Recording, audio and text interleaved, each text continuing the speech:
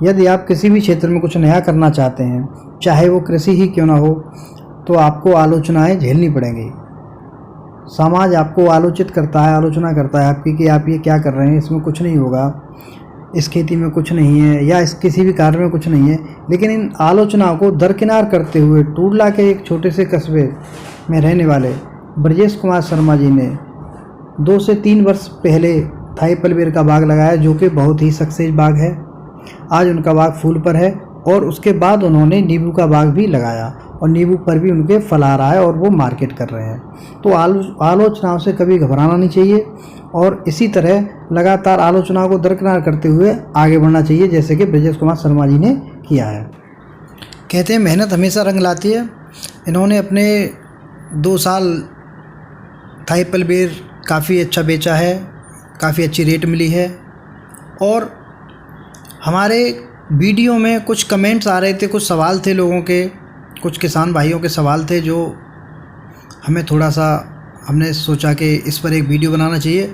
सवालों के जवाब तो हम भी दे सकते थे, परंतु हमें लगा कि जो अनुभवी किसान है, जो किसान ये कर रहा है, जिस किसान ने इस चीज़ को झेला है, क्या इसकी नकारात्मक है, क्या सकारात्मक है, तो इसलिए हमने ब्रजेश कुमार शर्मा जी को चुना, क्योंकि उनको अच्छा अनुभव है, एप्पल बेर के बारे में अच्छी जानकारी है।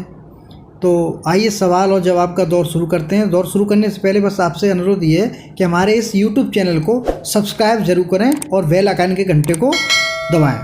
तो चलिए वीडियो शुरू करते हैं। सर नमस्कार। नमस्कार भैया। सर सबसे पहले चाहूँगा कि आप अपना परिचय दें। जी, मेरा नाम ब्रजेश कुमार शर्मा है और उत्तर प्रदेश के फिरोजाबाद ज़िले के पास टूडला से रहने वाले हैं हम। उसके पास छोटा सा गांव है और नगला दत्त, वहाँ के रहने वाले हैं। अच्छा चलिए, तो सर आपसे सीधा सीधा सवाल ये मैं पूछना चाहूँगा कि आपको थाई एप्पल बेर में करीब 2 से 3 वर्ष का अनुभव है जी।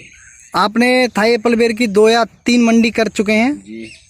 तो आपका अनुभव कैसा रहा, आपकी बिक्री कैसी हुई, और सबसे ज़्यादा सवाल लोगों के रहते हैं कि रेट क्या मिला आपको, उत्पादन क्या मिला, विस्तार से कुछ जानकारियाँ प्रदान करें। जी देखिए, सबसे पहले जो रेटों की बात जो आपने की है, 30 रुपये किलो भी बिका है हमारा और 15 रुपये किलो भी बिका है। लेकिन उत्पादन की अगर बात करें तो उत्पादन के हिसाब से 15 रुपये भी ज़्यादा हैं, हमें ज़्यादा मिले। ज़्यादा इसलिए मिले कि क्वांटिटी में माल निकला हमारा। एक पौधे से हमने 1-1 कुंटल प्राप्त किया है। और ये जो पौधा है ना, ये 5 महीने का पौधा है। तो ये पौधा जब हो जाता है तो बहुत बड़ा हो जाता है, काफ़ी बड़ा। तो उसमें 1-1 कुंटल की हमने इसमें से प्राप्त किया है। सवाल करना चाहूँगा कि अगर आपको, जैसे कई किसानों का कमेंट में आते हैं कि ये 10 रुपये किलो तक बिकता है, तो 10 रुपये किलो अगर आपका बिकता है तो बेनिफिट है या नहीं? 10 रुपये किलो में भी बेनिफिट है। बेनिफिट क्यों नहीं है? 1 कुंटल निकला, कितने का हुआ 10 रुपये के हिसाब से? 10 रुपये के हिसाब से अगर 1 कुंटल एक पौधे से निकलता है तो 1000 रुपये का एक पौधा हुआ। अच्छा, कुछ किसानों को का ये मुख्य सवाल ये रहता है, और इस पर सबसे ज़्यादा कमेंट ये आए हैं कि ये 6 या 7 महीने में फल नहीं दे सकता। नहीं, ये कहना गलत है कि 6-7 महीने में नहीं देंगे। ये पौधा मई के लास्ट वीक का है, तो आप लगा लें अक्टूबर चल रहा है, फर्स्ट वीक है, 5 महीने भी नहीं हुए, 5 महीने में इतना डेवलप हो गया है। अच्छा, 5 महीने में इतना डेवलप हो गया? भी पूरे नहीं हुए हैं अक्टूबर में। और देखो इसके बाद में इसमें देखो फूल देखो। अब जो कहते हैं कि ये संभव नहीं है, संभव है, संभव है। देखो इसमें फूल देख रहे हैं आप, तो इसमें संभव ये है कि आप इसमें 7 महीने, 6 से 7 महीने में आप इसमें से फल प्राप्त कर लेंगे। तो भैया इससे सस्ती खेती कौन सी है, ये बताएं। लेकिन पौधे की ग्राफ्टिंग और उसके ऊपर निर्भर करता है, इसकी जो ग्राफ्टिंग जो हो वो उसी साल की हो। अच्छा, पौधा कहाँ से लें और पौधे की पहचान क्या है कि अच्छा पौधा मिले हमें? देखो सबसे पहले ये है कि जो भी पौधा लें वो अच्छी नर्सरी से पौधे को लें। किसी सेटिस्फाई मतलब नर्सरी से इस पौधे को लें। और पहली बात। दूसरी बात ये है कि उसी साल की ग्राफ्टिंग हो, इसमें 2-3 साल पहले की नहीं होनी चाहिए, उसमें डेवलप नहीं होता है पौधा। उसी साल की ग्राफ्टिंग होनी चाहिए, उसमें उसका डेवलप होता है, उसमें फल भी प्राप्त होगा, अच्छा माल प्राप्त होगा। अच्छा, सबसे महत्वपूर्ण सवाल, इसका रेट क्या रहता है? किसानों को काफ़ी नर्सरियाँ पागल भी बनाती हैं, कुछ एजेंट्स हैं वो पागल बनाते हैं, तो सबसे महत्वपूर्ण सवाल ये होता है कि इसका रेट क्या है? देखो, सबसे पहले तो मैं एक किसान भाइयों से मैं कहना चाहूँगा कि ये जो नर्सरी वालों के जो एजेंट घूम रहे हैं ना, ये पौधा बहुत महंगा दे रहे हैं। इस पौधे की जो एक्चुअल कीमत है बढ़िया नर्सरी से लेंगे तो 60 से 70 रुपये से ज़्यादा नहीं है। 60 रुपये से शुरुआत है और 70 रुपये पे ख़त्म हो जाएगी। मतलब इसके बीच में ही मिल जाएगा आपको। बहुत अच्छा पौधा, आपको बहुत अच्छा पौधा अच्छी नर्सरी से लेंगे तो इतने से ज़्यादा नहीं मिलेगा। लेकिन वो लोग जो बीच में जो घूम रहे हैं ना, जिसको अब मैं क्या कहूँ, वो इसकी रेटें बढ़ा देते हैं कि 150 का है कि 200 का है। गलत है, ये कहना गलत। अच्छा, कुछ किसानों के सवाल आए हैं कि ये किन किन राज्यों में हो सकता है?